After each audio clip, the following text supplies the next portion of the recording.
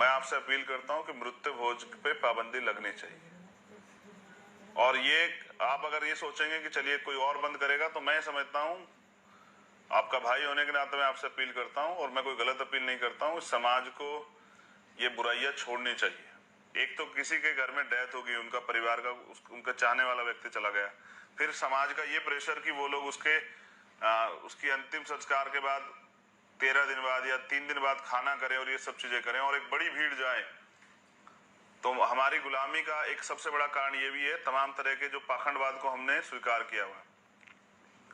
जितना पैसा हम पूरे साल में बचाते हैं, वही पैसा हम तमाम तरह के झूठे और पाखंडवादी त्योहार पे खर्च कर देते हैं। फिर हमारी हालत वही बन रहती है। फिर बच्चे को अगर बीमार हो जाए तो उधार लो, बेटी की शादी करनी उधार लो, मकान का किराया चुकाना उधार लो, कोई और सामान लेना उधार लो, मेहमान आ जाए तो उधार लो, और अगर ऐसा भी कोई काम करना है 13वीं टाइप का, उसमें भी उधार लो, फिर वो साहूकार का उधार उतारते रहो। हमारी गरीबी का एक मुख्य कारण ये भी कि हमने अपने महापुरुषों को पढ़ा ही नहीं। हमारे सभी रहबरों ने, चाहे वो सतगुरु रविदास जी महाराज, उन सब लोगों ने कहा, आप सबकी प्रायोरिटी यही थी कि अंधविश्वास पाखंडवाद को छोड़ा जाए। सतगुरु रविदास जी महाराज के लिए मैं पहले भी कह चुका हूं कि यूएनओ के चार्टर में है, ऐसा चाहूं राज में जो बिले सबन नुअन, छोट बड़े सब सम बसे, रविदास रहे प्रसन्न। ऐसा राज जिसमें कोई गम ना हो, भय ना हो, लूटपाट ना हो, चोरी चकारी ना हो, किसी को कपड़े की, किसी को रोटी, किसी तरह की समस्या, सबके सर पे छत हो, प्रेम भाईचारा बने। ऐसा राज जो संविधान में लिखे गए, जो बेगमपुरा राज जो बाबा साहब ने संविधान में लिखा, सबको बराबरी के अधिकार दिए, भाईचारा बनाया। और वो ये भी कहता है, मैं पंजाब जाता हूं तो वहां ये बहुत बार कहा जाता है, सत्संगत मिल रही है माधु जैसे मधुमक्खीरा, कि ऐसे मिलकर रहना जैसे मधुमक्खी रहती है, कि अगर एक पे कोई हमला कर दे तो पूरा झुंड उनकी तरफ चल पड़ता है ताकत बने में, लेकिन एकजुट तो नहीं होते। मेरा तो प्रयास रहता है सभी संगठनों से बात करके उनको एकजुट करने का, कि वो लोग एकजुट हो जाए। तो मेरी ये रिक्वेस्ट है, मैं वास्तविक मुद्दे पर दोबारा आता हूं। भीम आर्मी के लोगों से, आजाद समाज पार्टी के लोगों से, देखो तमाम लोग बंद कर रहे हैं। जाट समाज ने बंद कर दिया, गुर्जर समाज ने बंद कर दिया, सैनी समाज ने बंद कर दिया, पटेल कुशवाहा समाज ने, मौर्य समाज ने, प्रजापति पाल समाज ने, ये जो बहुजन समाज है, इन लोगों ने कर दिया। अब तो उच्च जाति के लोग जो खुद तथाकथित है वो भी बंद कर रहे हैं, वो भी इसको गलत मान रहे हैं। मैं आपसे रिक्वेस्ट करता हूं, नौजवान साथियों से मेरी अपील है कि ये मृत्यु भोज को आप अस्वीकार करें, इसको त्यागें। मेरी तो बहुत सारी अपील है आपसे। दहेज और तमाम तरह की चीजें, इनको बंद करें। समाज में अव्यवस्था फैल रही है। हम लोग वो सीख रहे हैं जो दूसरे लोगों का काम था, जिसके परिणाम अंत बुरे होते हैं, जबकि हमें वो सीखना है जो हमारे रहबर लिख कर गए हैं, बता कर गए। मैं आपसे अपील करता हूं, एक ही दिन जाया करें जिस दिन डेथ हो, और खाली दुख का समय पानी पी के चले आया करें। तीसरे दिन बाद तीजा करने की और फिर 13 दिन बाद 13वीं करने की कोई जरूरत नहीं है। और अगर कुछ ऐसा आपको इस तरह का आपने कुछ किया भी है तो उसमें विचार गोष्ठी किया कीजिए। समाज की तरक्की के रास्ते कैसे खुलें, एक दूसरे के दुख सुख को जानने का मौका मिले, जो परेशानियां, जो बुनियादी रूप से परेशानियां हमारे सामने, उन पर चर्चा हो। समाज में सामाजिक चेतना बढ़े, राजनीतिक चेतना, आर्थिक चेतना बढ़े, हम लोग तरक्की के रास्ते पे कैसे आए, परिवर्तन कैसे हो, इस पे हम लोगों को चर्चा करनी चाहिए। और फिर हमारे लोग वहां खूब शराब पीते हैं, तो एक तो व्यक्ति चला गया, ये नुकसान, फिर आर्थिक नुकसान, फिर जो लोग आ रहे हैं वो 10-10, हमारे यहाँ तो बड़ा वो है देहात क्षेत्र में कि 10-10 महिलाएं आती है कि गांव से। मैं अपनी बहनों से भी कहना चाहता हूं, तो आप क्या उसको जिंदा कर देंगे जो चला गया जाके? तो फिर ये क्यों? इसको रोकिए, एक आदमी जाए कीजिए, दूसरे, और अगर कोई जाता भी है तो वो जो, और एक इंपॉर्टेंट, ये बहुत जरूरी है, जैसे किसी की डेथ होती तो हम लोग लेके जाते हैं एक कपड़ा जिसको कफन कहा जाता है, और वो उनके ऊपर हो गया, बाद में क्या होता है उस कपड़े का एक बड़ा ढेर लग जाता है। देखिए मेरा काम जो है ना, राजनीति से ज्यादा मेरी राजनीति यही है कि मैं समाज को सही दिशा दिखाऊं। तो वो कपड़ा मैंने और अध्यक्ष जी, हम एक दिन साथ थे और हमने इस पर चर्चा की अपने सभी साथियों से कि वो कपड़ा क्या होता है, बाद में वो कपड़ा जला दिया जाता है। तो जब पत्थर की मूर्ति कुछ नहीं दे सकती, तो मैं वास्तविक उस पर ले जा रहा हूँ। क्यों कपड़ा क्यों ले जाते हैं आप लोग? अगर आपको कुछ करना ही है तो जो 100-200 रुपए कपड़ा आप लेके जाते हैं, जो फिर जलता ही खराब होता है, उसको उस परिवार को, जो पीड़ित परिवार है, उनको दे दें आप, उनकी तरक्की, उनके लिए कुछ आर्थिक मदद हो जाएगी। लेकिन वो इतना कपड़ा ले जाना, 100-200 कपड़े और ले जाके और फिर बाद में वो उनके ऊपर रख देना और बाद में उसको सिर्फ जला देना, इससे आपका क्या फायदा हो रहा? जो जिनकी दुकान है उनका तो बिक रहा है कपड़ा, लेकिन आपका क्या फायदा हो रहा है? और वो क्या अपने साथ ले जा रहे हैं? यहाँ तो जैसे आदमी आता है वैसे चला जाता है।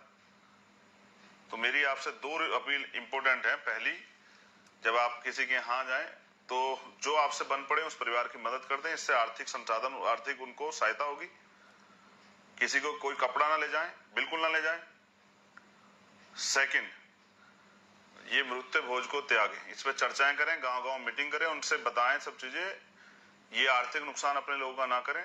वैसे ही सरकार ने रोजगार नहीं दिया है, आर्थिक स्थिति कमजोर हो रही है, तमाम तरह की परेशानियां। तो मेरी आपसे ये निवेदन है कि दूसरे लोगों से सीख लें, कम खर्चे पे सब चीजें करें, शादी ब्याह भी और इस तरह की चीजें भी। ये तमाम तरह का गलत जो है दबाव ना बनाया जाए समाज की, और ये नाक का सवाल बना के किसी को किस कर्जे में ना डुबाया जाए। ऐसी सलाह किसी को ना दें आप कि नहीं इज्जत का मामला और ये और वो। मैं आपसे हाथ जोड़ के कहता हूं प्रिय साथियों, हमारा काम समाज को नई राह दिखाने का है, समाज को आगे बढ़ाने का है, तरक्की के रास्ते पे ले जाने का है, पीछे अंधविश्वास गुलामी में ले जाने का नहीं है। और एक और कड़वी बात, अगर आप मैं कहना नहीं चाह रहा था लेकिन मैं आज कह रहा हूं कि उसके बाद एक और प्रथा है कि जिनकी डेथ हो जाती है उस महिला को ले जाया जाता है जंगल में, और उसके वहां जो है ना वो उनको बाहर निला विला के लाया जाता। मैं आपसे अपील करता हूँ प्रिय, मेरी बहुत विनम्र निवेदन है, हमारे महापुरुषों ने हमें महिलाओं का सम्मान करना सिखाया है। इन सब कुरीतियों को त्यागिए, जो कुछ करना है अपने घर में कीजिए। ये अपमान है, माँ बहनों के सम्मान की लड़ाई लड़ते हैं। और ये क्या है? अगर आप अम्बेडकरवादी हैं, आप रैदासवादी हैं, आप कबीरवादी हैं, नानकवादी हैं, तो आप क्या कर रहे हैं? ये अंधविश्वास ही तो है कि आप जंगल ले जा रहे हैं। ये क्या है? भीम आर्मी इसीलिए तैयार की गई थी कि वो गांव-गांव जाके अपने बहुजन समाज के लोगों से कुरीतिया पाखंडवाद को खत्म कराएं, लोगों को समझाएं। इसलिए नहीं की गई थी। लेकिन ये तो उस दिन की एक घटना ने मेरा पूरा दिमाग हिला दिया कि भाई पहले इतना आर्थिक नुकसान कि जा रहे हैं कपड़ा वपड़ा लेके और फिर वो कपड़ा खराब हो जा रहा है, फिर उसके बाद दूसरा उनसे तीजे तेरहवीं और ये सब चीजें, और फिर वो महिला जो हमारे परिवार की, जिसको हम सम्मान से देखते हैं, जिसके लिए हम तमाम तरह से सम्मान की लड़ाई लड़ते हैं, उसको जंगल भेजेंगे कि जाइए वहां कपड़े वपड़े नहा के आइए, चेंज करके। मेरी आपसे विनम्र निवेदन है कि अगर आप मुझ में विश्वास रखते हैं और ये मानते हैं कि हम सब लोग बाबा साहब अम्बेडकर और मान्यवर काशीराम साहब और अपने महापुरुषों के अंदर को आगे बढ़ा रहे हैं, तो ये तमाम तरह कुरीतियों को त्यागिए। रेप में जब रेप होता है ना तो बच्चों की गलतियां नहीं होती है।